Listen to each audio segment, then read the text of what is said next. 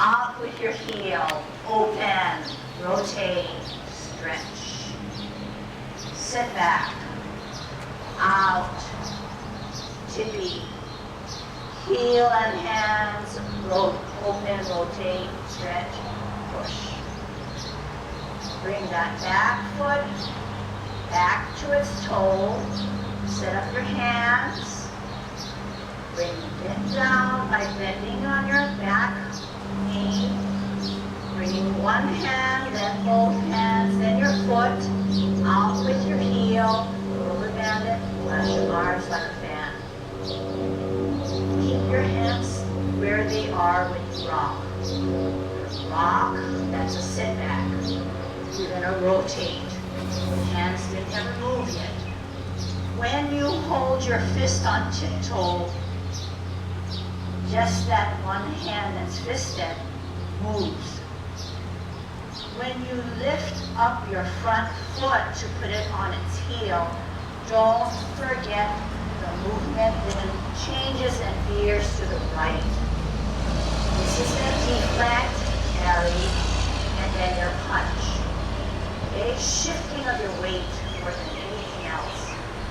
When you touch, it's the palm that starts from the elbow.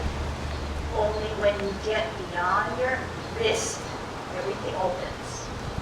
Sit back all the way back. And how can you sit back all the way back? Your knee is extended.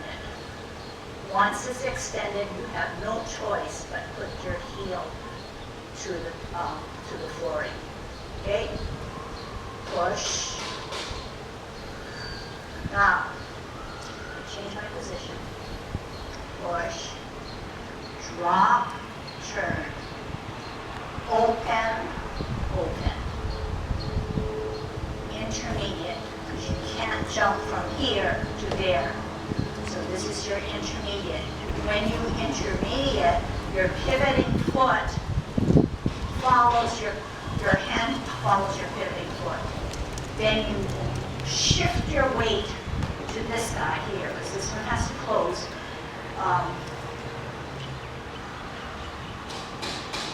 Here. Now, when you're here, don't worry about not seeing your palms yet. All you need to remember is one thing.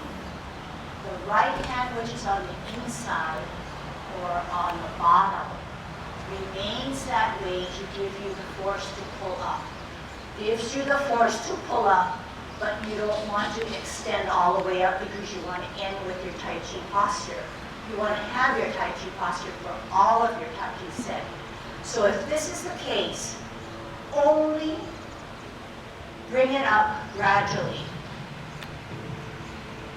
When you're about chest level, the force or power of that pressure on your left wrist then forces it to then open and turn this way. So you should see your palms right at chest level. Okay, nothing else. So you should turn.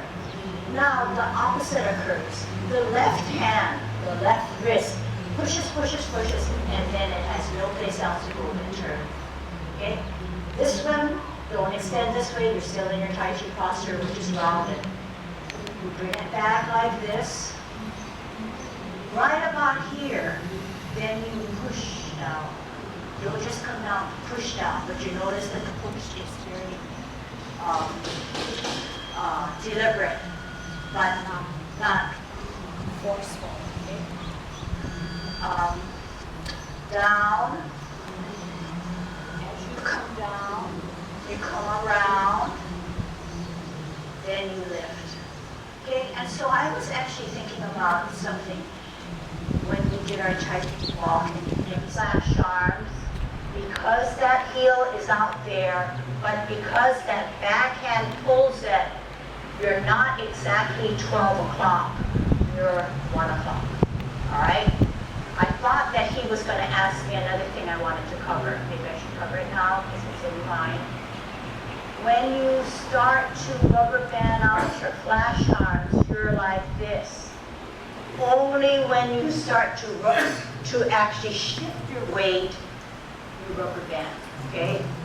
Now, The second question was, when you turn, deflect, parry, and punch, you know that when you rock back, the hands just stay the same, but you use this rocking motion. How do you know that you've rocked enough? You know that you've rocked enough when your front knee is fully extended. All right? Now, the question is, rock, pivot. We said that we would move our hand, the fisted hand, at the same time hold our foot on tiptoe. Now, is it 12 o'clock or is it 1 o'clock when I deflect and parry? It cannot be 12 o'clock because I say, out with your heel, veer to the right. If you're veering to the right, deflecting and pulling in, it's only at this step that you're at 12 o'clock. But if Kyo's asking me, I'm trying to find the right, if his concern is at this point you're good, but if you're going to have to lift and veer, you're going to be automatically off the 12 o'clock line. But once you punch, you're back at the 12 o'clock. So, and I did notice that you didn't veer, but you know, when you take this step, this is doing this, you're going to have to meet the pockets. Now, when you come up, it's one hand, two hand, foot. Now, the foot that comes out, you start here, and that was too hard for me it was on a soft heel. It comes out, then this thing comes back. Now remember what I said. The stem of the hand is down rather than across. So that's one thing. How far do you extend out? Not much more than where your knee and toe are aligned, so it can never walk out. Okay? That's going to hurt you. How much do you pull back on your right hand is near your temple, in line with your temple, not near like this, but this way. So this gives me the 1 o'clock. All right? If you, and I think the question was, do you give me a 12 o'clock? If it's a 12 o'clock, the hand only stops here. But once it gives you a tempo, it's pulling you to give you a 1 o'clock. Okay?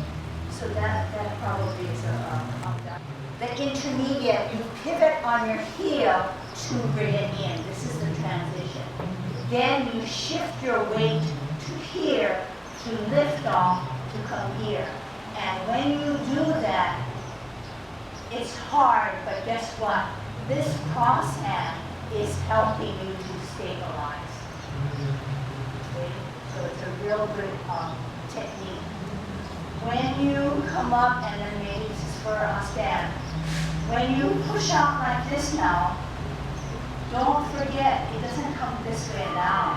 It comes across, parallel, then down, and then around.